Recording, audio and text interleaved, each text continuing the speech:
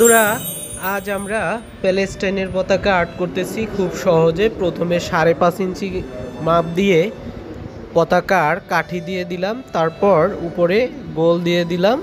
গোল দেওয়ার পরে এখন নিচে আরেকটু ডিজাইন করে দিলাম। এবার পতাকার উপরের অংশ লম্বালম্বি একটু বাঁকা করে দিলাম, নিচের অংশ দিয়ে দিলাম, সামনের অংশটা ধীরে ধীরে মিলিয়ে দিলাম। এরপর ত্রিভুজের মতো করে দিব। তো বন্ধুরা, তার আগে পতাকার বাকি অংশ আর্ট করতেছি, সুতোগুলো দিয়ে দিচ্ছি। তো বন্ধুরা, আমাদের চ্যানেলে তুমি নতুন হয়ে থাকলে অবশ্যই চ্যানেলটি সাবস্ক্রাইব করবে, আর আগে থেকে যারা সাবস্ক্রাইব করেছো তাদের জানাই অসংখ্য ধন্যবাদ। এখন উপরের অংশে একটি পার্ট দিয়ে দিলাম, নিচের অংশে আরেকটি পার্ট দিয়ে দিলাম। তো বন্ধুরা, পতাকা আর্ট করা হয়ে গেল। এবার রং করে দিব।